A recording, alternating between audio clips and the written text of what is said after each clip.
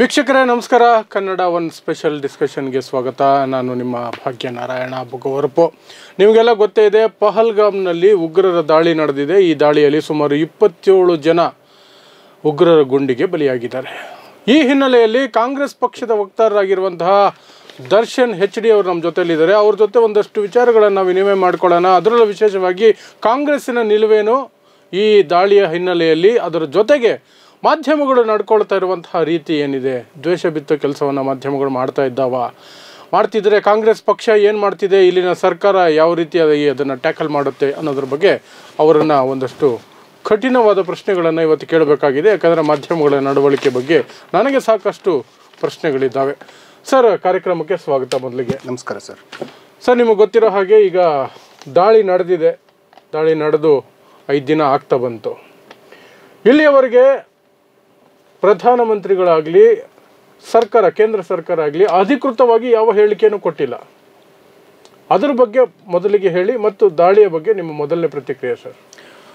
ಭಾಳ ಮುಖ್ಯವಾಗಿ ನರೇಂದ್ರ ಮೋದಿಯವರ ನಡೆ ಇಡೀ ದೇಶವೇ ಇವತ್ತು ಪಕ್ಷಾತೀತವಾಗಿ ಪ್ರಶ್ನೆ ಮಾಡುವಂಥ ಪರಿಸ್ಥಿತಿಗೆ ಬಂದಿದೆ. ಒಂದನೇದು, ದಾಳಿಯನ್ನು ನಾವು ಘಂಟಾಘೋಷವಾಗಿ ಖಂಡಿಸ್ತೀವಿ. ನಮಗೆ ಭಾರತ ಮುಖ್ಯ, ನಮ್ಮ ಸೈನಿಕರು ಮುಖ್ಯ, ಭಾರತೀಯ ನಾಗರಿಕರ ಬದುಕು ನಮಗೆ ಭಾಳ ಮುಖ್ಯ. ಈ ಘಟನೆ ನಡಿಲೇಬಾರ್ದಿತ್ತು, ಆದರೆ ಘಟನೆ ಆಗಿದೆ.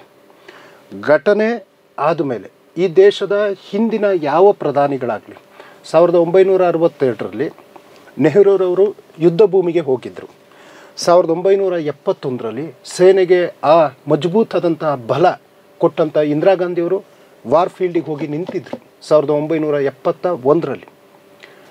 2008ರಲ್ಲಿ ಮುಂಬೈ ಅಟ್ಯಾಕ್ ಆದಾಗ ಡಾಕ್ಟರ್ ಮನಮೋಹನ್ ಸಿಂಗ್ ಅವರು ಮುಂಬೈಗೆ ವಿಸಿಟ್ ಮಾಡಿದರು, ಮಾಧ್ಯಮನ ಉದ್ದೇಶಿಸಿ ಮಾತನಾಡಿದರು. 1999ರಲ್ಲಿ ಯುದ್ಧ ನಡೆದಾಗ ಇವನ್ ಅಟಲ್ ಬಿಹಾರಿ ವಾಜಪೇಯಿಯವರು ಮಾಧ್ಯಮ ಉದ್ದೇಶಿಸಿ ಮಾತಾಡಿದರು. ಫರ್ನಾಂಡಿಸ್ ಅವರು ರಕ್ಷಣಾ ಸಚಿವರು ಯುದ್ಧ ಭೂಮಿಗೆ ಹೋಗಿ ನಿಂತಿದ್ರು. ಇವೆಲ್ಲ ಉದಾಹರಣೆಗಳು ಇದೆ. ಆದರೆ ಇವತ್ತು ಪೆಹಲ್ಗಾವಲ್ಲಿ ಏನು ಘಟನೆ ನಡೀತು, ಘಟನೆ ನಡೆದ ಮರುದಿನ ಅವರು ಹಿಂದಿನ ದಿನ ಇರಲಿಲ್ಲ, ಸೌದಿ ಅರೇಬಿಯಾಕ್ಕೇನು ಹೋಗಿದ್ರು. ಘಟನೆ ನಡೆದ ಮರುದಿನ ಬಿಹಾರದ ಚುನಾವಣಾ ಪ್ರಚಾರಕ್ಕೆ ಹೋಗ್ತಾರೆ. ಹೆಣಗಳ ಮೇಲೆ ವೋಟ್ ಕೇಳ್ತಾರೆ. ಬಿಹಾರಕ್ಕೆ 13,000 ಕೋಟಿ ರೂಪಾಯಿ ಗಿಫ್ಟ್ ಕೊಟ್ಟಿದ್ದೀನಿ ಅಂತ ಹೇಳ್ತಾರೆ. ಅಂದರೆ ಈ ದೇಶದ ನಾಗರಿಕರಿಗಿಂತ, ಈ ದೇಶದ ಸೈನಿಕರಿಗಿಂತ ನಿಮಗೆ ಚುನಾವಣಾ ಪ್ರಚಾರ ಮುಖ್ಯ ಆಯಿತಾ? ಮತ್ತು ಒಂದೇ ಒಂದು ಪ್ರೆಸ್ ಮೀಟ್ ಮಾಡಿಲ್ಲ. ಅಥವಾ ಕಾಂಗ್ರೆಸ್ ನಡೆ ನೀವು ಕೇಳಿದರೆ, ಮುಂಬೈ ಅಟ್ಯಾಕ್ ಆದಾಗ ಅಲ್ಲಿನ ಹೋಮ್ ಮಿನಿಸ್ಟರ್ R.R. ಪಾಟೀಲ್ ಅವ್ರನ್ನ ರಾಜೀನಾಮೆ ಪಡಿತಾರೆ. ಶಿವರಾಜ್ ಪಾಟೀಲ್ R.R. ಪಾಟೀಲ್ ಇಲ್ಲ, ಶಿವರಾಜ್ ಪಾಟೀಲ್ R.R. ಪಾಟೀಲ್ ಅಂತ ಅವರು NCP ಅನ್ಕೊಳ್ತೀನಿ. ಜೊತೆಗೆ ವಿಲಾಸರಾವ್ ದೇಶಮುಖ್ ಅವತ್ತಿನ ಮುಖ್ಯಮಂತ್ರಿಗಳು.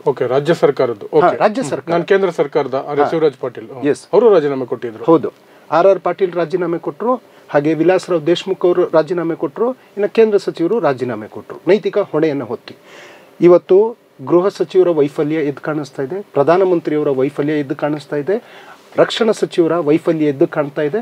ಯಾರು ಯಾವಾಗ ರಾಜೀನಾಮೆ ಕೊಡ್ತೀರಿ? ಯಾಕೆ ಅಂದರೆ ಆಕ್ರೋಶದ ಕಟ್ಟೆ ಹೊಡೆದಿದೆ ಸರ್. ಏನು ಪುಲ್ವಾಮಾ ದಾಳಿ ಆಯಿತು, 44 ಜನ ವೀರ ಯೋಧರು ಹುತಾತ್ಮರಾದರು. ಯಾವುದೇ ಚುನಾವಣಾ ಪ್ರಚಾರದಲ್ಲಿ ನರೇಂದ್ರ ಮೋದಿಯವರು ಹೇಳ್ತಾ ಇದ್ದಿದ್ದು ಮಾತು, ಪಾಕಿಸ್ತಾನ ಉದ್ದೇಶಿಸಿ ಮೇ ಏಕ್ ಸಿರ್ಕೋ 10 ಸಿರ್ ಲೇಕೆ ಆऊंगा ಅಂತ ಹೇಳಿದರು. ಚೀನಾ ಉದ್ದೇಶಿಸಿ ಲವ್ ಲೆಟ್ರ್ ಲಿಖ್ನಾ ಬಂದ್ ಕರೋ, ಉಸಿ ಭಾಷೆ ಮೇ ಸಮಜಾ ಕರೋ ಅಂತ ಅಂದರು. ಪುಲ್ವಾಮಾ ದಾಳಿ ಆಯಿತು.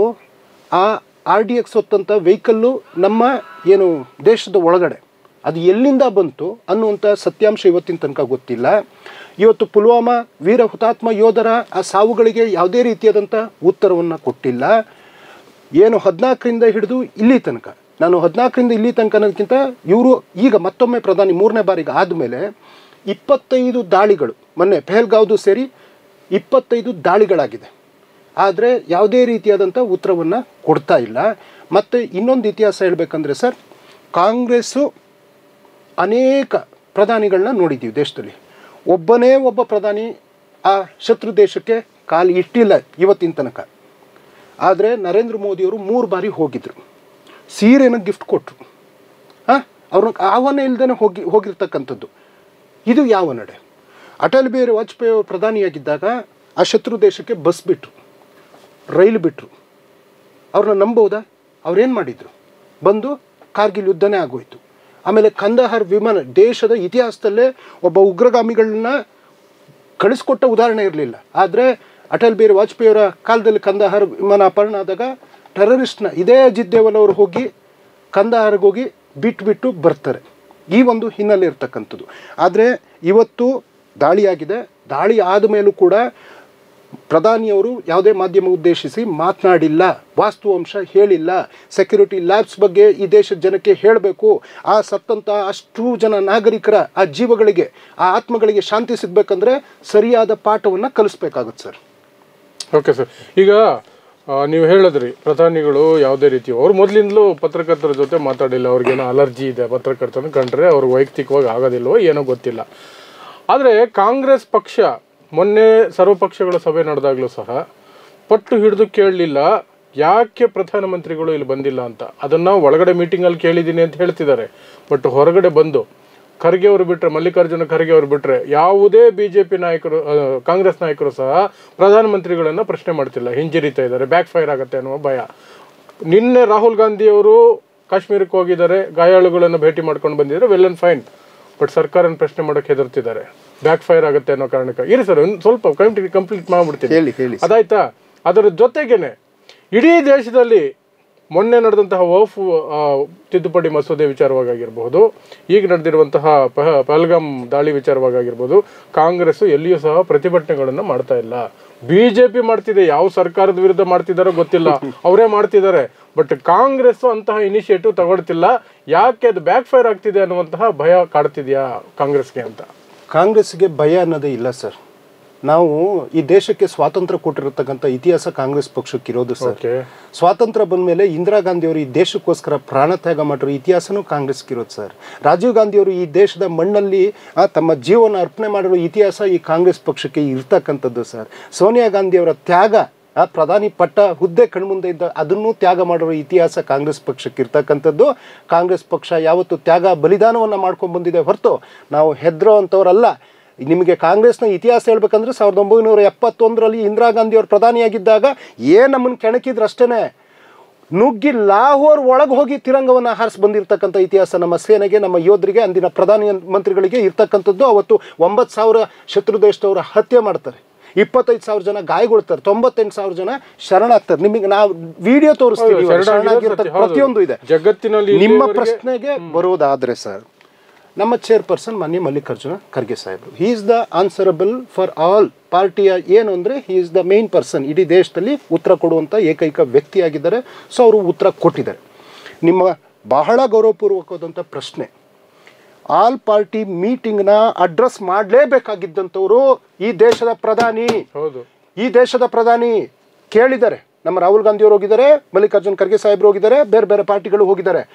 ಒಂದು ಆಲ್ ಪಾರ್ಟಿ ಮೀಟಿಂಗಿಗೆ ಬರ್ದೇನೆ ಇವರು ಚುನಾವಣಾ ಪ್ರಚಾರಕ್ಕೆ ಹೋದ್ರಲ್ಲ, ಇವರಿಗೆ ದೇಶಕ್ಕಿಂತ, ದೇಶದ ರಕ್ಷಣೆಗಿಂತ, ದೇಶದ ಹಿತಕ್ಕಿಂತ, ದೇಶದ ನಾಗರಿಕರಿಗಿಂತ ಕೇವಲ ಚುನಾವಣೆಗಳು ಗೆಲ್ಲುವಂಥದ್ದೇ ನಿಮಗೆ ದೊಡ್ಡದಾಗಿದೆಯಾ ಮಾನ್ಯ ನರೇಂದ್ರ ಮೋದಿ ಅವರೇ? ಇದನ್ನು ನಾವು ಕೇಳ್ತಾ ಇದ್ದೀವಿ. ಇನ್ನು ವಫ್ ವಿಚಾರವನ್ನು ನೀವು ಕೇಳಿದ್ರಿ ಸರ್. ಸಂಸತ್ನ ಒಳಗೂ ಸಂಸತ್ನ ಹೊರಗೂ ಕಾಂಗ್ರೆಸ್ ಒಂದು ಬದ್ಧತೆ ಇಟ್ಕೊಂಡು ಹೋರಾಟ ಮಾಡುವಂಥ ಕೆಲಸವನ್ನು ನಾವು ಮಾಡಿದ್ದೀವಿ. ಮತ್ತು ಅಲ್ಲಿ ಯಾರ್ಯಾರು ಮಾತನಾಡಬೇಕು ಅನ್ನುವಂಥದ್ದನ್ನ ಮೊದಲೇ ನಿರ್ಧಾರ ಆಗಿರ್ತದೆ. ಅದಕ್ಕೆ ಸ್ಪೀಕರ್ ಅವರು ಕೊಟ್ಟಿರ್ತಾರೆ. ವೇಣುಗೋಪಾಲಾದಿಯಾಗಿ ಅನೇಕರು ಆ ವಿಚಾರವನ್ನು ಮಾತಾಡಿದ್ದೀವಿ ಸರ್. ನಮಗೊಂದು ಬದ್ಧತೆ ಇದೆ. ನಾಟ್ ಓನ್ಲಿ ವಫ್ ಸರ್, ಈ ದೇಶದಲ್ಲಿ ಇರ್ತಕ್ಕಂಥ ಸರ್ವ ಧರ್ಮ, ಹಿಂದೂ, ಮುಸ್ಲಿಂ, ಕ್ರೈಸ್ತ, ಬೌದ್ಧ, ಪಾರ್ಸಿ, ಜೈನ, ಸಿಕ್ಕು ಎಲ್ಲ ಧರ್ಮಗಳನ್ನು ನಾವು ಏಕತೆಯಿಂದನೇ ನೋಡುವಂಥದ್ದು. ನಮ್ಮದು ಯಾವತ್ತೂ ಒಂದಾಗಿ ಹೋಗುವಂಥ ಒಂದು ಪಕ್ಷ. ನಮ್ಮದು ಒಡೆದಾಡೋ ನೀತಿ ಅಲ್ಲ ಸರ್. ನಾವು ಪ್ರತಿ ಬಾರಿ ದೇಶದ ನಾಗರಿಕರಿಗೆ ಕನ್ಯಾಕುಮಾರಿ ಟು ಕಾಶ್ಮೀರ ಯಾರಿಗಾದರೂ ಏನಾದರೂ ಆಯಿತು ಅಂದರೆ ಗಟ್ಟಿ ಧ್ವನಿಯಲ್ಲಿ ಪ್ರಶ್ನೆ ಮಾಡುವಂಥ ವ್ಯಕ್ತಿಗಳು ನಾವು ಸರ್. ನಮಗೆ ಸುಮ್ಮನೆ ಭಯ ಅನ್ನುವಂಥ ಆರೋಪವನ್ನು ಹಾಕಲೇಬೇಡಿ. ನಮಗೆ ಭಯ ಇಲ್ಲ. ಹಾಗಾದ್ರೆ ಮುಂದಿನ ದಿನಗಳಲ್ಲಿ ನಾವು ಇನ್ನೊಂದಷ್ಟು ತೀಕ್ಷ್ಣವಾದಂತಹ ಪ್ರತಿಕ್ರಿಯೆಗಳನ್ನು ಎದುರು ನೋಡಬಹುದು ಕಾಂಗ್ರೆಸ್. 100ಕ್ಕೆ 100 ಸರ್. ನಿಮಗೆ ಇನ್ನೊಂದು ಬಹಳ ಮುಖ್ಯವಾದಂಥ ವಿಚಾರ, ಪೆಹಲ್ಗಾಮ್ ವಿಚಾರ ಮಾತಾಡೋಣ ಸರ್. ಸರ್, ಒಂದು ದಾಳಿಗಳು ಅಥವಾ ಈ ರೀತಿ ಘಟನಾವಳಿಗಳು ಆದಾಗ ಅಲ್ಲಿ ಸಾವಿರಾರು ಜನ ನಾಗರಿಕರು ಸಿಲುಕೊಂಡಿರ್ತಾರೆ. ಮಾಧ್ಯಮದ ವಿಚಾರಕ್ಕೂ ನಾನು ಬರ್ತೀನಿ ಸರ್. ದೇಶದ ಏನು ಗೃಹ ಸಚಿವರು, ರಕ್ಷಣಾ ಸಚಿವರು, ಪ್ರಧಾನಿಯವರ ಮೊದಲ ಆದ್ಯತೆ ಇರಬೇಕಾಗಿರ್ತಕ್ಕಂಥದ್ದು ಅಂಥ ಸನ್ನಿವೇಶದಿಂದ ಜನಗಳನ್ನ ಹೊರಗಡೆ ಕರ್ಕೊಂಬರ್ತಕ್ಕಂಥದ್ದು, ಆ ದೇಹಗಳನ್ನ ಹಸ್ತಾಂತರ ಮಾಡುವಂಥದ್ದು. ಕನ್ನಡಿಗರು ಸುಮಾರು 174 ಜನ ಸಿಲುಕೊಂಡಿದ್ರು. ಕೇಂದ್ರ ಸರ್ಕಾರ ಅವರಿಗೆ ಯಾವುದೇ ರೀತಿಯಾದ ಊಟ ಆಗಲಿ ಏನೇನೂ ಇಲ್ಲ. ನಮ್ಮ ರಾಜ್ಯ ಸರ್ಕಾರ ಮಾನ್ಯ ಸಂತೋಷ್ ಲಾಡ್ ಅವ್ರನ್ನ ಕಳಿಸಿ, ಸಂತೋಷ್ ಲಾಡ್ ಅವರು ಖುದ್ದು ಆ ವಾರ್ ಫೀಲ್ಡಿಗೆ ಹೋಗಿ ಪ್ರತಿಯೊಬ್ಬರನ್ನು ಸ್ವಂತ ಫೋನ್ ನಂಬರನ್ನು ಶೇರ್ ಮಾಡಿ ಒಬ್ಬ ಮಂತ್ರಿ ಅನ್ನುವಂತಹ ಸ್ಥಾನವನ್ನೇ ಮರೆತು ಸಾಮಾನ್ಯರಲ್ಲಿ ಸಾಮಾನ್ಯ ಒಬ್ಬ ಯೋಧನ ರೀತಿ ಪ್ರತಿಯೊಬ್ಬ ಕನ್ನಡಿಗರನ್ನ ಅಪ್ಕೊಂಡು, ಸರ್ ದೇಶ ಇಂಥ ಒಂದು ಕ್ಲಿಷ್ಟಕರ ಸನ್ನಿವೇಶ ಇದೆ, ಏರ್ ಕಂಪನೀಸು ವಿಮಾನ ಕಂಪ್ನಿಗಳಿದಾವಲ್ಲ, 5,000 ರೂಪಾಯಿ ಟಿಕೆಟ್ನ 70,000 80,000 1 ಲಕ್ಷ ಮಾಡಿದ್ರು ಸಮೇತ ಈ ದೇಶದ ಆರ್ಥಿಕ ಸಚಿವರಾಗಲಿ, ಈ ದೇಶದ ಗೃಹ ಸಚಿವರಾಗಲಿ, ರಕ್ಷಣಾ ಸಚಿವರಾಗಲಿ, ಪ್ರಧಾನಿಯವರಾಗಲಿ ಒಂದೇ ಒಂದು ಮಾತಾಡಿಲ್ಲ. ಇವರಿಗೆ ಹಣನೇ ಮುಖ್ಯನಾ? ಅವ್ರು ಟಿಕೆಟ್ ಜಾಸ್ತಿ ಮಾಡ್ದಂಗೂ GST ಹೋಗುತ್ತಲ್ಲ, ಈ ನೊಂದವರ ಕಣ್ಣೀರು GST ಹಣ ನಿಮಗೆ ಬೇಕಾಗಿತ್ತಾ? ಈ ರೀತಿ ದರ ಏರಿಕೆ ಮಾಡಿದ್ರೆ ಸರ್, ನಮ್ಮ ಹತ್ರನೇ ಸೇನೆಯ ಹೆಲಿಕಾಪ್ಟರ್ಗಳು, ವಿಮಾನಗಳು ಎಷ್ಟಿದಾವೆ ಸರ್, ಫ್ರೀ ಕರ್ಕೊಂಡ್ಬರ್ಬೋದು ಅಂತ ಒಂದು ಕನಿಕರದ ಹೃದಯವನ್ನೇ ನಾವು ಕಾಣಲಿಲ್ಲ. ಕೊನೆಗೆ ಸಂತೋಷ್ ಲಾಡ್ ಅವರು ಸ್ವಂತ ಹಣದಿಂದ ಅಷ್ಟೂ ಜನ ರೆಸ್ಕ್ಯೂ ಮಾಡಿ ಕರ್ನಾಟಕಕ್ಕೆ ಕರ್ಕೊಬರುವಂಥ ಕೆಲಸ ಮಾಡಿದ್ದಾರೆ. ಅವರಿಗೆ ಈ ಮೂಲಕ ಧನ್ಯವಾದಗಳು. ಒಂದು. ಎರಡನೇದು, ಈ ದೇಶದ ಗೃಹ ಸಚಿವರು ಯಾರು ಹೇಳಿ ಸರ್? ದೇಶದ ಗೃಹ ಸಚಿವ ಅಮಿತ್ ಶಾ ಒಬ್ಬ ಮಗ ಇದನ್ನಲ್ಲ ಸರ್, ಜೈಶನ್ ಪೊಸಿಷನ್ ಏನು ಸರ್ ಇವತ್ತು? ಕ್ರಿಕೆಟ್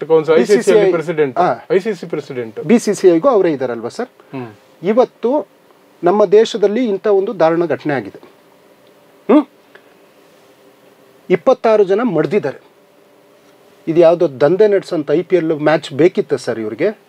ಒಂದು ದಿನ ಮಳೆ ಬಂದರೂ ಮ್ಯಾಚ್ ರದ್ದಾಗ್ತಾವಲ್ಲ ಸರ್?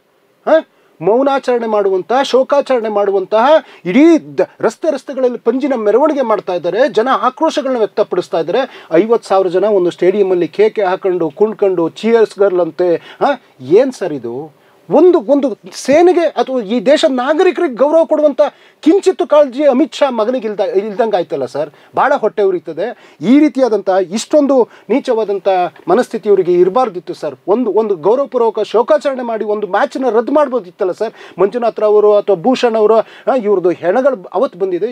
ಇಲ್ಲೇ ಬೆಂಗಳೂರಲ್ಲಿ RCB ಮ್ಯಾಚ್, ಅಲ್ಲಿ ಹೋಗ್ಬೇಕಾರೆ ಆ ಕೇಕೆ, ಸೌಂಡು, ಮ್ಯೂಸಿಕ್ಕು, ಯಾಕೆ ಸರ್ ಇದೆಲ್ಲ? ಭಾಳ ನೋವಿನ ಸಂಗತಿ ಸರ್. ಹೌದು ಸರ್. ಆದ್ರೆ ಇಷ್ಟು ನೀವೀಗ ಎಷ್ಟು ಆಕ್ರೋಶ ಹೊರ ಹಾಕಿದಿರಿ, ಎಷ್ಟೆಲ್ಲ ವಿಚಾರಗಳನ್ನ ಹೇಳಿದಿರಿ, ಇದನ್ನ ಅಧಿಕೃತವಾಗಿ ಕಾಂಗ್ರೆಸ್ ಪಕ್ಷ ಎಲ್ಲ ಕಡೆ ಮಾತಾಡ್ತಿಲ್ಲ. ನೀವು ಮಾತಾಡ್ತಿದ್ದೀರಿ, ಸಂತೋಷ್ ಲಾಡ್ ಅವರು ಮಾತಾಡ್ತಿದ್ದಾರೆ. ಅದು ಬಿಟ್ರೆ DK ಶಿವಕುಮಾರ್ ಅವರಂತೂ ಮಾತಾಡ್ತಾನೆ ಇಲ್ಲ. ಅವರಂತೂ ಬ್ಯಾಕ್ ಫುಟ್ ಅಲ್ಲಿ ಇದ್ದಾರೆ. ನಾನು ನೇರವಾಗಿ ಹೇಳ್ತಿದ್ದೀನಿ, ಅವರು ಧರ್ಮಸ್ಥಳಕ್ಕೆ ಹೋಗ್ತಾರೆ. ಧರ್ಮಸ್ಥಳ ಮುಟ್ಟಬೇಕು ಅಂದ್ರೆ DK ಶಿವಕುಮಾರ್ 1000 ಜನ ಇದೀವಿ, ನಾವು ಕಾಪಾಡ್ತೀವಿ ಅಂತಾರೆ. ಸೌಜನ್ಯಕತೆ ಏನಾಗಬೇಕು ಅನುಮಾನಗಳು ಮೂಡ್ತವೆ. ಅದೆಲ್ಲ ನಾನೇನು ಕೇಳ್ತಿದ್ದೀನಿ ಅಂದ್ರೆ ಅದಕ್ಕೂ ಇದಕ್ಕೂ ಸಂಬಂಧ ಇಲ್ಲ. ಆದರೆ ಸಾಫ್ಟ್ ಹಿಂದುತ್ವ ಅನ್ನೋದ್ರ ಕಡೆ ಕಾಂಗ್ರೆಸ್ ವಾಲ್ತಾ ಇದೆಯಾ? ಆ ಕಾರಣಕ್ಕಾಗಿಯೇ ನಾನು ಮತ್ತೆ ಕೇಳ್ತಿರೋದು, ಈ ಎಲ್ಲವನ್ನು ಸಹ ಇಷ್ಟು ನೀವು ಈಗ ಹೇಗೆ ಆಕ್ರೋಶ ಹೊರ ಹಾಕಿದಿರೋ ಅದೇ ಆಕ್ರೋಶವನ್ನು ದೇಶದ ಜನತೆ ಮುಂದೆ ಕಾಂಗ್ರೆಸ್ ಪಕ್ಷ ರಾಷ್ಟ್ರೀಯ ಪಕ್ಷವಾಗಿ ಯಾಕೆ ಹಾಕ್ತಿಲ್ಲ ಅನ್ನೋದೇ ನಮ್ಮ ಪ್ರಶ್ನೆ, ನಮ್ಮ ಆತಂಕ ಕೂಡ ಅದು ಸರ್. DK ಶಿವಕುಮಾರ್ ಅವರ ಹೃದಯ ಶ್ರೀಮಂತಿಕೆ ಅಥವಾ ಧ್ವನಿಯಾಗುವಂಥ ರೀತಿ ನಾನು ಬೇರೆ ಎಕ್ಸ್ಪ್ಲೇನ್ ಮಾಡಿ ಹೇಳಬೇಕಾಗಿಲ್ಲ ಸರ್. ಇಡೀ ದೇಶ ಬಾಗ್ಲಾಕೊಂಡು ಕೂತಿತ್ತು ಸರ್. ಒಬ್ಬ ಸಿಂಗಲ್ ವಾರಿಯರ್ ಆಗಿ ಕೋವಿಡ್ ವಾರ್ ಫೀಲ್ಡಿಗೆ ಇಳಿದ್ರು ಸರ್. ಹೌದು. ಪ್ರತಿ ಮನೆಗೆ ಸಾಂತ್ವನ ಹೇಳೋ ಕೆಲಸ ಮಾಡಿದ್ರು ಸರ್. 1,500 ಆಂಬುಲೆನ್ಸ್ಗಳನ್ನ ಬಿಟ್ಟರು ಸರ್. ಸಾವಿರಾರು ಲಕ್ಷಾಂತರ ಟನ್ ಗಟ್ಟಲೆ ತರಕಾರಿ ತಗೊಂಡು ಜನಗಳಿಗೆ ಹಂಚಿದ್ರು ಸರ್. ಚಾಮರಾಜನಗರಕ್ಕೆ ಹೋಗಿ ಪ್ರತಿ ಮನೆಗೆ 36 ಕುಟುಂಬಕ್ಕೆ 1 ಲಕ್ಷ ಹಣ ಕೊಟ್ಟರು ಸರ್. KSRTCಗೆ 1 ಕೋಟಿ ರೂಪಾಯಿ ಚೆಕ್ ತಗೊಂಡು ಹೋದ್ರು ಸರ್. ಆರೋಗ್ಯ ಹಸ್ತ ಕಾರ್ಯಕ್ರಮ ಮಾಡಿದ್ರು ಸರ್. ಅವತ್ತಿನ ಹೇಳೋದು ಸತ್ತವರ ಹೆಗಲು ಕೊಟ್ಟಿದ್ದಾರೆ ಸರ್. DK ಸುರೇಶ್ ಅವರು ಸಮೇತ ಎಲ್ಲದೂ ಮಾಡಿದ್ದಾರೆ.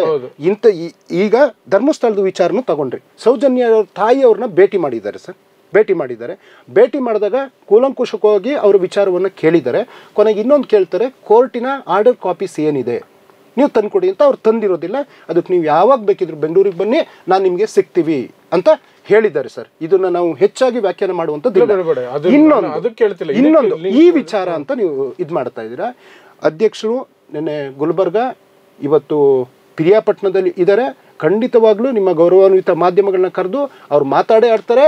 ಆಮೇಲೆ ಯಾವಾಗ ಇನ್ಸಿಡೆಂಟ್ ಆಯಿತು ಸರ್, AICC ಅಧ್ಯಕ್ಷರು ಇದೇ ಕ್ವೀನ್ಸ್ ರಸ್ತೆಯ KPCC ಕಚೇರಿಯಲ್ಲಿ ಅವರಿಗೆ ಗೌರವ ನಮನಗಳನ್ನ ಸಲ್ಲಿಸೋದ್ರ ಜೊತೆಗೇನೆ KPCC ಅಧ್ಯಕ್ಷರು ಸಮೇತ ಅವತ್ತು ಅವ್ರಿಗೆಲ್ಲರಿಗೂ ಗೌರವ ನಮನ ಸಲ್ಲಿಸಿ ನಿನ್ನೆ ದಿನ ಇಡೀ ರಾಜ್ಯಾದ್ಯಂತ KPCC ಸೇರಿದಂತೆ ಪ್ರತಿ ಬ್ಲಾಕು ಪ್ರತಿ ಜಿಲ್ಲಾ ಕಾಂಗ್ರೆಸ್ಸಿಂದನೂ ಮಡಿದಂಥವ್ರಿಗೆ ಏನು ಶ್ರದ್ಧಾಂಜಲಿ ಕಾರ್ಯವನ್ನು ನಾವು ಮಾಡಿದ್ದೀವಿ ಸರ್. ನಮಗೆ ಬದ್ಧತೆ ಇದೆ ಖಂಡಿತವಾಗ್ಲೂ. ಆಮೇಲೆ ನಾವು ಅವತ್ತೇ ಹೇಳಿದ್ದೀವಿ, ದೇಶ ಯಾವುದೇ ನಿರ್ಧಾರ ತಗೊಳ್ಳಿ ನಾವು ದೇಶದ ಜೊತೆ ನಿಂತ್ಕೊಳ್ತೀವಿ ಅಂತ. ಆದರೆ ತಗೊಳ್ಳೋಂಥ ವ್ಯಕ್ತಿನೇ ಅವತ್ತು ಆಲ್ ಪಾರ್ಟಿ ಮೀಟಿಂಗಿಗೆ ಬರ್ದೇನೆ ತಪ್ಪಿಸ್ಕೊಂಡು ಚುನಾವಣಾ ರ್ಯಾಲಿಗೆ ಹೋದ್ರಲ್ಲ, ಇದ್ಯಾವ ದುರ್ದೈವ ಅಂತ ಒಂದು ಪ್ರಶ್ನೆ ಸರ್. ಇನ್ನೊಂದು, ಒಬ್ಬ ಆತನ ಯೋಗ್ಯನೋ ಅಯೋಗ್ಯನೋ ಏನು ಹೇಳಬೇಕು ಗೊತ್ತಾಗ್ತಾ ಇಲ್ಲ. ತೇಜಸ್ವಿ ಸೂರ್ಯ ಕಾಂಗ್ರೆಸ್ ಪಕ್ಷ ಅಲ್ಲಿ ಸಿಲುಕೊಂಡವ್ರನ್ನ ಸ್ವಂತ ದುಡ್ಡು ಹಾಕೊಂಡು ಸಂತೋಷ್ ಲಾಡೋರು ಇಲ್ಲಿಗೆ ಜನಗಳನ್ನ ಕರ್ಕೊಬಂದರು. ಮಡಿದವ್ರಿಗೆ ಆ ಕ್ಷಣಕ್ಕೇ 10 ಲಕ್ಷ ರೂಪಾಯಿ ಪರಿಹಾರ ಕೊಟ್ಟರು. ಖುದ್ದು ಮುಖ್ಯಮಂತ್ರಿಗಳು, ಖುದ್ದು DK ಸುರೇಶ್ ಅವರು, ಖುದ್ದು ನಮ್ಮ ಸಚಿವರು ಆದಿಯಾಗಿ ಆ ಒಂದು ಮೃತದೇಹಗಳಿಗೆ ಗೌರವ ಸಲ್ಲಿಸೋದಕ್ಕೆ ಅವರ ಸ್ಥಳಗಳಿಗೆ ಹೋಗಿ ಬಂದಿರತಕ್ಕಂಥ ಉದಾಹರಣೆ ನಮ್ಮ ಕಣ್ಮುಂದೆ ಇದೆ. ಆಯ್ತಪ್ಪ, ತೇಜಸ್ವಿ ಸೂರ್ಯ ಕೇಂದ್ರ ಎಷ್ಟು ರೂಪಾಯಿ ಕೊಟ್ಟರು? ನಿಮ್ಮ ಯೋಗ್ಯತೆಗೆ ಒಂದೇ ಒಂದು ಫ್ಲೈಟ್ನ ಇಲ್ಲಿ ಕಳಿಸೋದಕ್ಕಾಗಲಿಲ್ಲ. ಆ ಫ್ಲೈಟ್ನ ದಂಧೆ ಮಾಡ್ಕೊಂಡ್ರಿ. 60-70 ಸಾವಿರ ರೂಪಾಯಿ ಇಲ್ಲ. ನಿಮಗೆ ಯಾವ ನೈತಿಕತೆ ಇದೆ? ಆಯಿತು ಮಿಸ್ಟರ್ ತೇಜಸ್ವಿ ಸೂರ್ಯ, ಈ ದೇಶದಲ್ಲಿ 49 ಲಕ್ಷದಷ್ಟು ಜನ ಸತ್ರಲ್ಲ ಕೋವಿಡಲ್ಲಿ ಸಾಯೋಕ್ಕೂ ಮೊದಲು ಯಾವುದು ಇದಕ್ಕೆ ನಾವೇನೋ ವ್ಯಾಕ್ಸಿನು ನರೇಂದ್ರ ಮೋದಿಯವ್ರ ಫೋಟೋ ಇರೋದು ಸರ್. ಈಗ ಗೂಗಲ್ ಚೆಕ್ ಮಾಡಿ, ನರೇಂದ್ರ ಮೋದಿಯವರ ಫೋಟೋ ಇಲ್ಲ. ಆ ಕೋವಿಡ್ LSCಯಿಂದ ಸೈಡ್ ಎಫೆಕ್ಟ್ ಅಂತ ಪ್ರೂವ್ ಆಗ್ತಾ ಇದೆ. ಇವತ್ತು ಯಾಕೆ ಫೋಟೋ ಮಿಸ್ ಆಯಿತು? ಅಷ್ಟು ಜನ ಸ್ಮಶಾನಕ್ಕೆ ಹೋದ್ರಲ್ಲ, ಒಬ್ರಿಗೆ ನಯಾ ಪೈಸೆ ಪರಿಹಾರ ಕೊಡೋಕ್ಕಾಗಿಲ್ಲ. ಇಷ್ಟು ದಿನ ಆಗಿದೆ, ಇವತ್ತಿನ ತನಕ ನಮ್ಮ ಕನ್ನಡಿಗರು 3 ಜನ ಸೇರಿ 26 ಜನರಿಗೆ ನಯಾ ಪೈಸೆ ಪರಿಹಾರ ಕೊಟ್ಟಿಲ್ಲ. ನಮಗೆ ಹೃದಯವಂತಿಕತೆ ಇದೆ, ನಮಗೆ ಬದ್ಧತೆಯೂ ಇದೆ. ನಾವು ಕೊಟ್ಟಿರತಕ್ಕಂಥ ಕೆಲಸವನ್ನು ನಾವು ಮಾಡಿದ್ದೀವಿ ಸರ್. ಇನ್ನೊಂದು, ಗುಲ್ಬರ್ಗದಲ್ಲಿ ಬಜರಂಗ ದಳ, ಅದಕ್ಕೆ ಬರ್ತೀನಿ ಸರ್, ಅದಕ್ಕಿಂತ ಮೊದಲು ಮಾಧ್ಯಮಗಳ ಬಗ್ಗೆ ಮಾತಾಡಬೇಕು. ಮಾಧ್ಯಮಗಳ ವರ್ತನೆಯನ್ನ ನೀವು ನೋಡ್ತಾನೆ ಇದ್ರಿ, ನೀವು ಗಮನಿಸ್ತಿರ್ತೀರಿ. ಅದರಲ್ಲೂ ವಿಶೇಷವಾಗಿ ಕನ್ನಡದ ಮಾಧ್ಯಮಗಳು, ನಾನು ಹೆಸರು ಹೇಳ್ತೀನಿ, I don't hesitate. Public TV Ranganath ಆಗಿರಬಹುದು, ಸುವರ್ಣ ನ್ಯೂಸ್ ಇಂದ ಅಜಿತ್ ಹನುಮಕ್ಕನವರಾಗಿರ್ಬೋದು, TV9 ರಂಗನಾಥ್ ಆಗಿರ್ಬೋದು, ಯಾರೇ ಆಗಲಿ ಅವರು ಬಳಸ್ತಾ ಇರುವಂತಹ ಹೆಡ್ಡಿಂಗ್ ಇಂದ ಹಿಡಿದು ಹಿಂದೂಗಳ ಹತ್ಯೆ ಭಾರತೀಯರು ಅನ್ನೋ ಮಾತು ಅವ್ರ ಬಾಯಲ್ಲಿ ಬರ್ತಿಲ್ಲ. ಅದು ಒಂದು ಕಡೆ. ಆದರೆ ಇನ್ನೊಂದು ಕಡೆ ರಾಬರ್ಟ್ ವಾದ್ರಾನ ಕಲ್ಲೊಡಿಬೇಕು, ಕಾಂಗ್ರೆಸ್ ನಾಯಕರನ್ನ ಕಲ್ಲೊಡಿಬೇಕು, ಸಿಕ್ಕಲ್ಲಿ ಕಲ್ಲು ಹೊಡೀರಿ ಅಂತ ರಂಗನಾಥ್ ಹೇಳಿರೋದು ಇದೆ ಲೈವ್ ಟಿವಿಯಲ್ಲಿ. ಪ್ಲಸ್ ನಿನ್ನೆ ಹೇಳ್ತಾರೆ ರಾಬರ್ಟ್ ವಾದ್ರಾ ಬಗ್ಗೆ ಕೆಟ್ಟದಾಗ ಮಾತಾಡಿದ್ದಾರೆ, ರಾಹುಲ್ ಗಾಂಧಿ ಬಗ್ಗೆ ಕೆಟ್ಟದಾಗ ಮಾತಾಡಿದ್ದಾರೆ. ಕಳೆದ ಬಾರಿ ರಾಹುಲ್ ಗಾಂಧಿ ಪಾರ್ಲಿಮೆಂಟಲ್ಲಿ ಈಶ್ವರನ ಫೋಟೋ ತೋರಿಸಿ ಒಂದು ಮಾಡಿದ್ರಲ್ಲ, ಆ ಸಂದರ್ಭದಲ್ಲಿ ರಾಹುಲ್ ಗಾಂಧಿ ಹೇಳಿದ್ದನ್ನ ತಿರುಚಿ, ನಾನು ನಿಮ್ಗೆ ವಿಡಿಯೋ ಸಾಕ್ಷಿ ಸಮೇತ ಬೇಕಾದ್ರೆ ಕೊಡ್ತೀನಿ. ಶಿವ ಹಿಡ್ಕೊಂಡಿರೋ ತ್ರಿಶೂಲ ಹಿಂಸೆಯ ಸಂಕೇತ ಅಂತ ರಾಹುಲ್ ಗಾಂಧಿ ಹೇಳಿದ್ದು ರಂಗನಾಥ್. ಅಲ್ಲಿ ರಾಹುಲ್ ಗಾಂಧಿ ಹೇಳಿದ್ದು ಇದು ಹಿಂಸೆಯ ಸಂಕೇತ ಅಲ್ಲ ಅಂತ. ಆ ಅಲ್ಲ ಅನ್ನೋದನ್ನ ಕಟ್ ಮಾಡಿದ್ರು. ಅದನ್ನ ಬಿಡಿ, ಹಳೆ ಕತೆ. ಈಗ ಹೊಸದಾಗಿ ಈ ಒಂದು ಪಹಲ್ಗಾಮ್ ಘಟನೆಯನ್ನು ಹಿಡ್ಕೊಂಡು ಇಷ್ಟೆಲ್ಲ ದ್ವೇಷ ಬಿತ್ತ ಕೆಲಸವನ್ನು ಮಾಡ್ತಿದ್ದಾರೆ ಇವರು. ಅಲ್ಲಿಂದ ಬಂದಿರೋರನ್ನ ಕೆದಕಿ ಮತ್ತೆ ಪ್ರಶ್ನೆಗಳನ್ನು ಕೇಳುವಂಥದ್ದು, ಮುಸ್ಲಿಮರ ವಿರುದ್ಧ ಎತ್ಕಟ್ಟ ಕೆಲಸ ಮಾಡ್ತಿದ್ದಾರೆ. ರಾಜ್ಯ ಸರ್ಕಾರ, ಕಾಂಗ್ರೆಸ್ ಸರ್ಕಾರ ಯಾವ ಕ್ರಮಗಳನ್ನು ಕೈಗೊಳ್ತಾ ಇದೆ ಸರ್? ಇದರ ಬಗ್ಗೆ ನಿಮ್ಮ ಅಭಿಪ್ರಾಯ ಏನು? ಮಾಧ್ಯಮ ನಡ್ಕೊಳ್ತಾ ಇರೋ ರೀತಿ ಬಗ್ಗೆ ಅಭಿಪ್ರಾಯ ಏನು? ಪ್ಲಸ್ ಸರ್ಕಾರದ ಕಡೆಯಿಂದ ಏನು ಕ್ರಮಗಳಾಗುತ್ತೆ ಸರ್? ದಿನ ಬೆಳಗಾದ್ರೆ ಇವರು ಮಾಧ್ಯಮದವರು TV ಮುಂದೆ ಕೂತ್ಕೊಂಡು ಏನು ಬೇಕಿರೋ ಮಾತಾಡ್ಬೋದು, ಜನ ನೋಡ್ತಾರೆ ಅಂತ ಅನ್ಕೊಂಡಿದ್ದಾರೆ. ಅದೇ ಜನ ಅವರ ಮಾತನ್ನ ಕಟ್ ಮಾಡಿ ಟ್ರೋಲ್ ಮಾಡಿ ಬಿಸಾಕ್ತಾ ಇದ್ದಾರೆ. ಕಾಮಿಡಿ ಪೀಸ್ಗಳಾಗಿದ್ದಾರೆ. ಅದೇ ಯಾರು ರಂಗ ಅಂತ ಹೇಳಿದ್ರಿ, ಆ ರಂಗನಾಥ್ ಅನ್ನುವಂಥ ಮಹಾನ್ ಭಾವ ಹೇಳಿದ್ರು, ಕಪ್ಪು ಎಂಥದ್ದು ನೋಟಲ್ಲಿ ಚಿಪ್ಪನ್ನು ಕಂಡಿಡಿದಂಥ ಪ್ರವೀಣ.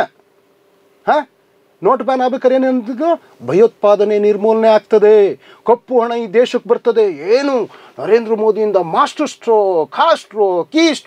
ಸ್ಟ್ರೋಕ್ ಏನಾಯ್ತು? ಆಮೇಲೆ ಏನಾಯ್ತು? ದೇಶದ ಆರ್ಥಿಕ ಪರಿಸ್ಥಿತಿ ಹಳ್ಳಾತ್ತೋಯ್ತಲ್ಲ. ಈಗ ಉತ್ತರ ಕೊಡ್ತಾರ? ಆಯಿತು. ಇವರು ನೆರೇಷನ್ ಕೋವಿಡ್ ವಿಚಾರ ಬಂದಾಗಲೂ ಅಷ್ಟೇ, ಕೋವಿಡ್ನ ಹಿಂಗೆ ಮಾಡ್ತಾರೆ, ಕೋವಿಡ್ನ ಓಡಿಸ್ತಾರೆ, ಏನೇನೋ ನೆರೇಷನ್ಸ್, ಹೆಲಿಕಾಪ್ಟರ್ ದುಡ್ಡು ಸುರಿಸ್ತಾರೆ ಸರ್. ಫೈನಲಿ ಏನಾಯಿತು ಅನ್ನುವಂಥದ್ದು, ರಾಬರ್ಟ್ ವಾದ್ರಾ ಬಗ್ಗೆ ಮಾತಾಡಿದ್ರು. ರಾಬರ್ಟ್ ವಾದ್ರಾ ಅವರ ಸಂಪೂರ್ಣ ಏನಾಗಿ ಮಾತಾಡಿರೋದು ನಾನು ವಿಡಿಯೋ ನೋಡಿದ್ದೀನಿ ಸರ್. ಅವರು ಇಲ್ಲಿ ದ್ವೇಷ ಕಾರ್ತಾ ಇದ್ದಾರೆ, ಅಂದರೆ ಡಿವೈಡ್ ಮಾಡ್ತಾ ಇದ್ದಾರೆ, ಧರ್ಮಾಧಾರಿತವಾಗಿ ಡಿವೈಡ್ ಆಗ್ತಾ ಇದೆ ಅಂತ ವಾಸ್ತವ ಹೇಳಿದ್ದಾರೆ. ಗಲಾಟೆ ಆಗ್ತಾ ಇದೆಯಲ್ಲ. ಈ BJP ಅಧಿಕಾರಕ್ಕೆ ಬಂದಿರತಕ್ಕಂಥದ್ದು ಯಾವುದರಿಂದ? ಶ್ರೀರಾಮ ಮಂದಿರ, ಬಾಬ್ರಿ ಮಸೀದಿಯ ವಿಚಾರವನ್ನು ತಗೊಂಡು ರಕ್ತದ ಓಕುಳಿ ಹೇರಿತಲ್ಲ ದೇಶದಲ್ಲಿ.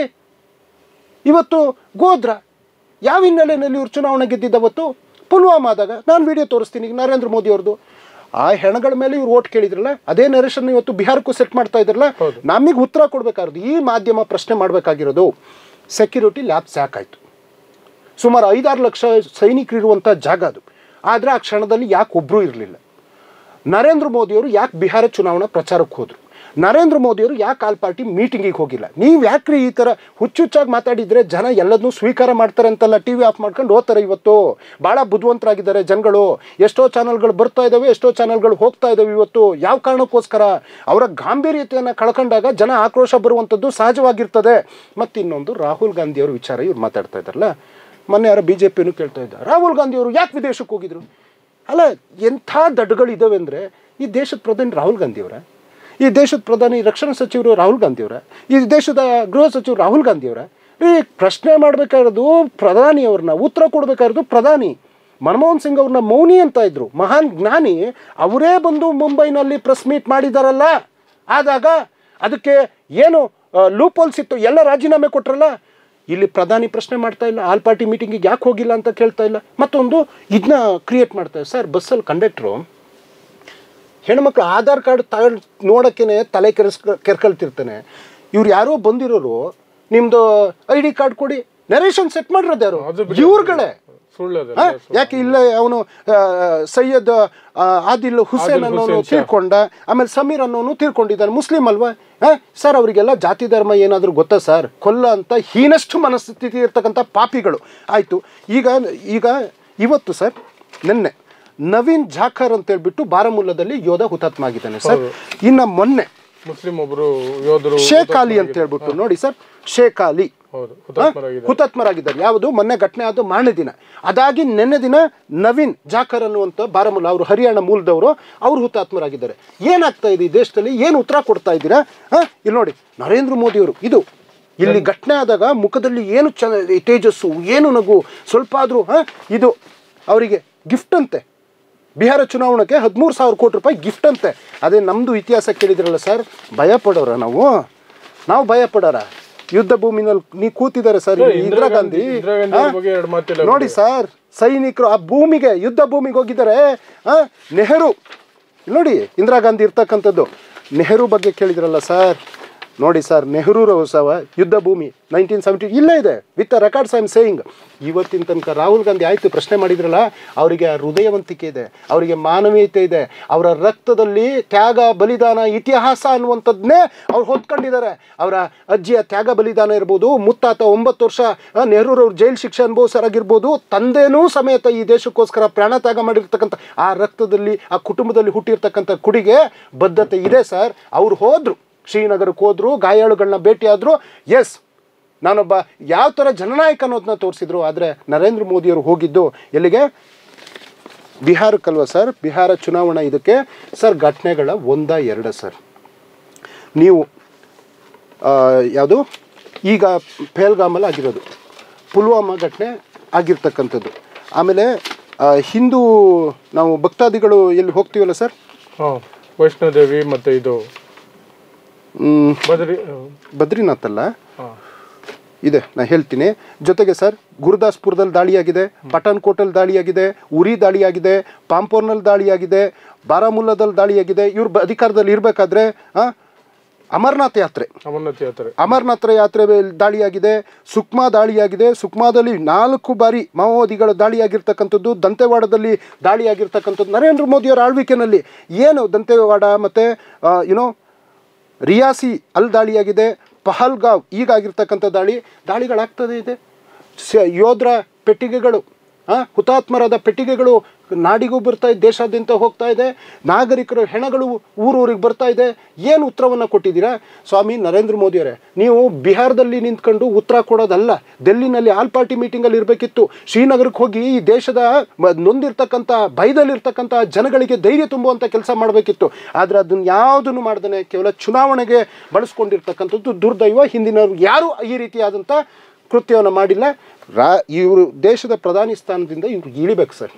ಇವರಾಗ್ಲಿ ಸಾಕಾಗಿದೆ ನಮ್ಗೆ. ನೋಡಿ ಮಾಧ್ಯಮದವ್ರ ಕಡೆ ಬರೋದಾದ್ರೆ, ಮಾಧ್ಯಮದವರ ಕುರಿತಾಗಿ ಕಾಂಗ್ರೆಸ್ ಪಕ್ಷದ ನಿಲುವೇನೀಗ ಬರ್ತಾ ಮಾಧ್ಯಮಗಳು ಓಪನ್ ಆಗಿ ಒನ್ ಸೈಡೆಡ್ ಆಗಿಬಿಟ್ಟಿದ್ದಾರೆ. ಅವರು ಓಪನ್ ಆಗಿ ಒನ್ ಸೈಡೆಡ್ ಆಗಿದ್ದಾರೆ. ಪಬ್ಲಿಕ್ ಟಿವಿ ರಂಗನಾಥ್ ಏನು ಹೇಳಿದ್ದು, ಮೊದಲನೇ ದಿನ ದಾಳಿ ಆಗಿದ್ದು ಮೊದಲನೇ ದಿನ ಅಂದರೆ, ಯಾರೆಲ್ಲ ನರೇಂದ್ರ ಮೋದಿಯನ್ನು ಪ್ರಶ್ನೆ ಮಾಡ್ತಾರೋ ಅವರನ್ನು ಕಂಡಲ್ಲಿ ಕಲ್ಲು ಹೊಡೀರಿ, ಅದು ಅಖಿಲೇಶ್ ಯಾದವ್ ಆದರೂ ಸರಿ, ಕಾಂಗ್ರೆಸ್ ನಾಯಕರಾದರೂ ಸರಿ, ಯಾವನಾದರೂ ಅಖಿಲೇಶ್ ಯಾದವ್ ಆದರೂ ಸರಿ, ಅವನು ಒಮರ್ ಅಬ್ದುಲ್ಲಾ ಹಿಂಗೆ ಬಳಸಿದ್ದ ಭಾಷೆ ಸರ್. ಈಗ ಯಾಕೆಂದರೆ ಅವ್ರ ಮನಸ್ಥಿತಿ ತಿಳಿಸ್ತದೆ ಸರ್. ನಾನು ಹೆಚ್ಚಾಗಿ ವ್ಯಾಖ್ಯಾನ ಮಾಡೋದಕ್ಕೆ ಹೋಗಲ್ಲ. ಪತ್ರಿಕೆ ಅಂದರೆ ನಾವೇ ಹೇಳ್ಕೊಂಡಿರೋದು ನ್ಯಾಯಾಂಗ, ಕಾರ್ಯಾಂಗ, ಶಾಸಕಾಂಗ, ಮಾಧ್ಯಮ ರಂಗ, ವಾಚ್ ಡಾಗ್ ಆಫ್ ಡೆಮೋಕ್ರಸಿ ಅಂತ ಕರಿತೀವಿ ನಾವು. ಇವರ ಈ ರೀತಿಯಾದಂಥದ್ದು ಅಂದರೆ ನಿಮಗೆ ದೇಶದ ಜನ ಸಾಯ್ತಾ ಇರೋದ್ರ ಬಗ್ಗೆ ನಿಮಗೆ ಕಳಕಳಿ ಇಲ್ಲ ಅಂತ ತೋರಿಸ್ಕೊಂಡ್ರು. ಯಾರ್ಯಾರು ಪ್ರಶ್ನೆ ಮಾಡಿದ್ರಲ್ಲ ಅವರು. ಪುಲ್ವಾಮಾ ಉದಾಹರಣೆ, ಪುಲ್ವಾಮಾ ಯಾವುದು ಸರ್? ಬಾಲಾಕೋಟ್. ಮಾಧ್ಯಮಗಳ ನೆರೇಷನ್, ನರೇಂದ್ರ ಮೋದಿ ಅವ್ರ ಸ್ಪೀಚು, ಅಮಿತ್ ಶಾ ಸ್ಪೀಚು, ಯಡಿಯೂರಪ್ಪನವ್ರ ಸ್ಪೀಚು. ಏನು 700 ಜನ ಸತ್ತಿದ್ದಾರೆ, 300 ಜನ, ಅವ್ರವ್ರ ಲೆಕ್ಕ. ನನ್ನ ಹತ್ರ ವಿಡಿಯೋ ಇದೆ ಸರ್. 3 ಸೇನೆಯ ಮುಖ್ಯಸ್ಥರು ಬರ್ತಾರೆ, ಘನವೆತ್ತ ಮಾಧ್ಯಮದ ಮುಂದೆ ಕೂರ್ತಾರೆ. ನಾವು ಡ್ರೈ ಏರಿಯಾದಲ್ಲಿ ಬಾಂಬ್ ಹಾಕಿದ್ದೀವಿ ಅಂತ ವಾಸ್ತವಾಂಶ. ಸೈನ್ಯ 3 ಮುಖ್ಯಸ್ಥರು, ನೌಕಾಪಡೆ, ವಾಯುಪಡೆ, ಭೂಸೇನೆ, ಇವರೇ ಬಂದು ಹೇಳಿರ್ಬೇಕಾದ್ರೆ ಇವರೆಲ್ಲ ಚುನಾವಣೆ ಪ್ರಚಾರಕ್ಕೆ ಬಳಸ್ಕೊಂಡ್ರಲ್ಲ ಸರ್. ಪುಲ್ವಾಮನು ಚುನಾವಣಾ ಪ್ರಚಾರಕ್ಕೆ ಬಳಸ್ಕೊಂಡ್ರಲ್ಲ ಸರ್. ನಿಜವಾದ ಘನವೆತ್ತ ಗೌರವಾನ್ವಿತ ಮಾಧ್ಯಮ ಮತ್ತು ಮಾಧ್ಯಮವನ್ನು ನಡೆಸುವಂಥವ್ರು. ನೀವು ಪ್ರಶ್ನೆ ಮಾಡಬೇಕಾಗಿರ್ತಕ್ಕಂಥದ್ದು ಆಳುವ ಸರ್ಕಾರದ ವೈಫಲ್ಯತೆ. ಇಲ್ಲಿ ಇಂಟೆಲಿಜೆನ್ಸಿ ಫೇಲ್ಯೂರ್. ಇಲ್ಲಿ ಯಾಕೆ ಸರ್? ಅವರೇ ಇನ್ವೆಸ್ಟಿಗೇಷನ್ ಏಜೆನ್ಸಿ ಥರ ಕೆಲಸ ಮಾಡ್ಬೋದು ಸರ್. ಉದಾಹರಣೆ, ಬಾಬ್ರಿ ವಿಚಾರದಲ್ಲಿ ಯಾವುದೋ ಒಂದು ಚಾನಲ್ನ ಮರ್ತಿದ್ದೀನಿ, ಗೋಧ್ರಾ ಇನ್ಸಿಡೆಂಟಲ್ಲಿ they had done investigation agency ಥರ ಕೆಲಸ ಮಾಡಿ ಸತ್ಯನ ಹೊರಗಡೆ ಎಳೆಯುವಂಥ ಕೆಲಸ ಮಾಡಿದರು. ಆ ಕೆಲಸ ಇವರು ಮಾಡಲಿಲ್ಲ ಅಂದರೆ ಜನನೇ ಅದಕ್ಕೂ ಉತ್ತರ ಕೊಡ್ತಾರೆ ಸರ್. ಇವತ್ತು ಪಕ್ಷಗಳನ್ನೇ ಬದಲಾಯಿಸುವಂಥ ಜನ ಬುದ್ಧಿವಂತರು ಈ ರೀತಿಯಾದಂಥ ನೆರೇಷನ್ಗಳನ್ನ ಸೆಟ್ ಮಾಡ್ತಾ ಹೋದರೆ ಸರ್, ಈಗ ನೋಡೋದೇ ಇಲ್ಲ. ಲಾಸ್ ಯಾರಿಗೆ? ಈಗ ನಿಮ್ಗೆ ವೀಕ್ಷಣೆ ಆದಷ್ಟು ಇದು ತಾನೇ. ನೀವು ವೀಕ್ಷಣೆ ಮಾಡಲಿಲ್ಲ ಅಂತಂದರೆ ಅಷ್ಟೇ. Okay sir. ಸೊ ಕೊನೆಯದಾಗಿ ಈಗ ದಾಳಿ ನಡೆದಿದೆ, ಅದರಲ್ಲಿ ಪ್ರಾಣ ಕಳ್ಕೊಂಡಿರೋ ಎಲ್ರಿಗೂ ಕೂಡ ನಾವು ಶ್ರದ್ಧಾಂಜಲಿಯನ್ನು ಸಲ್ಲಿಸೋಣ. ಆ ಮೂಲಕ ಇಡೀ ದೇಶಕ್ಕೆ ಅಥವಾ ಜನತೆಗೆ ಕಾಂಗ್ರೆಸ್ ಪಕ್ಷದ ಪರವಾಗಿ ಹೇಳೋದಾದ್ರೆ ಈ ಸನ್ನಿವೇಶದಲ್ಲಿ ಸರ್ಕಾರದ ಯಾವುದೇ ನಿರ್ಧಾರಕ್ಕೆ ನಾವು ಜೊತೆ ನಿಲ್ಲಬೇಕು. ಅದರ ಜೊತೆಗೆ ಈ ಹಿಂದೂ ಮುಸ್ಲಿಂ ಅನ್ನುವಂತಹ ನರೇಷನ್ ಸೆಟ್ ಮಾಡ್ತಿರೋರಿಗೆ ಅಥವಾ ನಮ್ಮ ಜನತೆಗೆ ಅದನ್ನು ಯಾವ ರೀತಿ ನೋಡಬೇಕು, ಏನು ಮಾಡಬೇಕು ಅನ್ನೋದು ಒಂದು ಸಣ್ಣದಾಗಿ ಕಾಂಗ್ರೆಸ್ ಪಕ್ಷದ ಪರವಾಗಿ ಒಂದು ಮಾತು ಹೇಳ್ಬಿಡಿ ಮುಗಿಸ್ಕೊಡೋಣ ಕಾರ್ಯಕ್ರಮ. ಸರ್, ನಾವು ಕುವೆಂಪುರವರ ನಾಣ್ಣುಡಿ ಇದೆಯಲ್ಲ, ಹಿಂದೂ ಮುಸ್ಲಿಂ ಕ್ರೈಸ್ತ ಎಲ್ಲರೂ ಒಂದಾಗಿ ಶಾಂತಿಯ ತೋಟದಾಗಿರಬೇಕು ಅಂತ ಸ್ವಾತಂತ್ರ್ಯ ಪೂರ್ವ, ಸ್ವಾತಂತ್ರ್ಯ ನಂತರ ಈ ಕ್ಷಣದವರೆಗೂ ನಾವಿದ್ದೇವೆ. ಈ ಘಟನೆ ಆದ ಕೂಡಲೇ ವಿಚಾರ ಬಂದ ತಕ್ಷಣವೇ ಇದೇ ACC ಅಧ್ಯಕ್ಷರು ಬಂದು ದೇಶದ ಜೊತೆಗೆ ನಾವಿದ್ದೀವಿ, ಸರ್ಕಾರ ಯಾವುದೇ ನಿರ್ಧಾರಕ್ಕೂ ನಾವು ಬದ್ಧರಾಗಿರ್ತೀವಿ, ಆಲ್ ಪಾರ್ಟಿ ಮೀಟಿಂಗಿಗೂ ಹೋಗಿದ್ದೀವಿ, ಜೊತೆಗೆ ಸಂತೋಷ್ ಲಾಡ್ ಅವ್ರನ್ನ ರಾಜ್ಯ ಸರ್ಕಾರ ಕೂಡಲೇ ಕಳಿಸ್ಕೊಡ್ತು. ನಮ್ಮ ಬೇರೆ ರಾಜ್ಯಗಳದ್ದು ಇವತ್ತು ಯೋಚನೆ ಮಾಡಿ ನನಗೆ ಭಯ ಆಗ್ತಿದೆ ಸರ್. ನಮ್ಮವರೇನೋ ಕರ್ಕೊಬಂದರು, ಅದೇ ಕಾಸಿತ್ತೋ ಇಲ್ವೋ ತೇಜಸ್ವಿ ಸೂರ್ಯ ಅದೇ ಫ್ಲೈಟಲ್ಲಿ ಪಾಪ ಆತನ್ನು ಕರ್ಕೊಬಂದಿದ್ದಾರೆ ನಿರ್ಗತಿಕರ ರೀತಿ. ಇವತ್ತು ನಮ್ಮ ರಾಜ್ಯ ಸರ್ಕಾರನ ಪ್ರಶ್ನೆ ಮಾಡುವಂಥ ತೇಜಸ್ವಿ ಸೂರ್ಯನೂ ಸಮೇತ ಒಟ್ಟಿಗೆ ಕರ್ಕೊಬಂದರು ಪಾಪ ಸಂತೋಷ್ ಲಾಡ್ ಅವರು. ಅದೇ ರೀತಿ ಇವತ್ತು ನಾವು 10 ಲಕ್ಷ ಪರಿಹಾರನೂ ಕೊಟ್ಟಿದ್ದೀವಿ. ಜನಗಳು ಮರಳಿ ನಾಡಿಗೆ ಬಂದಿದ್ದಾರೆ. ಮೃತರಿಗೆ ಸರ್ಕಾರಿ ಗೌರವಗಳ ಮೂಲಕ ಅವರಿಗೆ ಒಂದು ಏನು ಅಂತ್ಯ ಸಂಸ್ಕಾರ ಆಗುವಂಥ ಕೆಲಸ ಆಗಿದೆ. ಇಷ್ಟೆಲ್ಲ ನಾವು ಮಾಡಿದ್ದೀವಿ ಸರ್. ಮತ್ತು ಯಾಕೆಂದರೆ ವಿಶೇಷ ಅಧಿವೇಶನ ಕರಿಬೇಕು ಸರ್. ಇಂಥ ಘಟನಾವಳಿಗಳಾದಾಗ ಆಲ್ ಪಾರ್ಟಿ ಮೀಟಿಂಗಿಗೆ ಅವ್ರು ಬಂದಿಲ್ಲ, ವಿಶೇಷ ಅಧಿವೇಶನಕ್ಕೆ ಬರ್ತಾರೋ ಇಲ್ವೋ ಅಂತ ಗೊತ್ತಿಲ್ಲ. ಜೊತೆಗೆ ಒಂದು 5 ನಾವು ಪಾಠ ಕಲಿಸ್ತೀವಿ ಅಂಥೇಳಿ, ಪಾಠ ಕಲಿಸೋದು ಇಂದ್ರಮ್ಮನ ಏನು ಇತಿಹಾಸವನ್ನು ಒಂದು ಸರಿ ಪುಟಗಳನ್ನ ತೆಗೆದು ನೋಡಿ ಯಾವ ಥರ ಪಾಠ ಇರ್ತದೆ ಅಂಥೇಳಿ. ಸೊ ಹಾಗೆ ಇದೇನು ನೀರು ಸರ್, ಈಗ ಬೆಳಕು ನಮ್ಮ ಟ್ಯಾಟ್ರಿಯಿಂದ ಆ ಕಡೆ ಟ್ಯಾಟ್ರಿ ಬೆಳಕನ್ನು ಕಟ್ ಮಾಡೋಕ್ಕಾಗುತ್ತಾ? ಗಾಳಿ ಆಗುತ್ತಾ? ನೀರು ಹಿಮ ಕರಗದಂಗೆ ನೀರು ಡ್ಯಾಮ್ ಎಷ್ಟೊಂದು ನೀವು ತುಂಬಿಸಿಟ್ಕೊಂಡು ಡ್ಯಾಮ್ ಹೊಡಿಸ್ಬೇಕು ಅಂತ ನಿಮ್ದು ಐಡಿಯಾನಾ? ಯಾಕೆಂದರೆ ತುಂಗಭದ್ರದೆ ಕ್ರಸ್ಟ್ ಗೇಟು ಒಡೆದೋಗ್ಲಿಲ್ವಾ? ಇಂಟರ್ನ್ಯಾಷನಲ್ ಅಗ್ರಿಮೆಂಟ್ಗಳು, ಆಮೇಲೆ ವಿಶ್ವ ಬ್ಯಾಂಕ್ ಎಲ್ಲ ಇದೆ. ನಾನು ಭಾರತೀಯನಾಗಿ ನಾನು ಜವಾಬ್ದಾರಿಯುತವಾಗಿ ನಾನು ಹೇಳುವಂಥದ್ದು ವಾಟ್ ಎವರ್ ಅವ್ರು ಏನೇನೋ ಈಗ ವಾಗ ಗಡಿ ಮುಚ್ಚಬೇಕಂತ, ಓಕೆ, ನಿಮ್ಮ ಯಾವುದೇ ನಿರ್ಧಾರ ತಾಳಿ ಸರ್, ಆದ್ರೆ ಪ್ರಧಾನಿಯವರೇ ಇಲ್ಲಲ್ಲ ಯಾವುದಕ್ಕೂ, ಮಾಧ್ಯಮಕ್ಕೂ ಉತ್ತರ ಕೊಡ್ತಿಲ್ಲ, ಆ ಘಟನಾ ಸ್ಥಳಕ್ಕೂ ಹೋಗಿಲ್ಲ. ಏನು ಹೀಗಾದರೆ? But we will stand with the nation, we will stand with our army, we will stand with our ಭಾರತೀಯ ಸಮಸ್ತ ನಾಗರಿಕರ ಜೊತೆಗೆ ಕಾಂಗ್ರೆಸ್ ಪಕ್ಷ ಅಂದೂ ಇದೆ, ಇಂದೂ ಇದೆ, ಮುಂದೆನೂ ಇರ್ತೀವಿ ಸರ್. Okay sir. ಸೊ ಇದಿಷ್ಟು ಕಾಂಗ್ರೆಸ್ ಪಕ್ಷದ ವಕ್ತಾರರಾಗದಂತಹ ದರ್ಶನ್ HD ಅವರ ಮಾತು. ಪೆಹಲ್ಗಾಮ್ನಲ್ಲಿ ನಡೆದಿರುವಂತಹ ದುರಂತ ಘಟನೆ ಹಿನ್ನೆಲೆಯಲ್ಲಿ ಕಾಂಗ್ರೆಸ್ ಪಕ್ಷದ ನಿಲುವೇನು ಮತ್ತು ಮಾಧ್ಯಮಗಳ ನಡೆಯ ಕುರಿತಾಗಿ ಕಾಂಗ್ರೆಸ್ ಪಕ್ಷದ ನಿಲುವೇನು ಅನ್ನೋದ್ರ ಬಗ್ಗೆ. Sir, thank you for coming this programme. Thank you sir, thank you very much. ತುಂಬ ಥ್ಯಾಂಕ್ಸ್. ಸೊ ವೀಕ್ಷಕರೇ, ಇದು ವಿಶೇಷ ಕಾರ್ಯಕ್ರಮ. ನೋಡ್ತಾ ಇರಿ ಸಮಾಜಕ್ಕಾಗಿ ಕನ್ನಡ 1 ನ್ಯೂಸ್. ನಮಸ್ಕಾರ.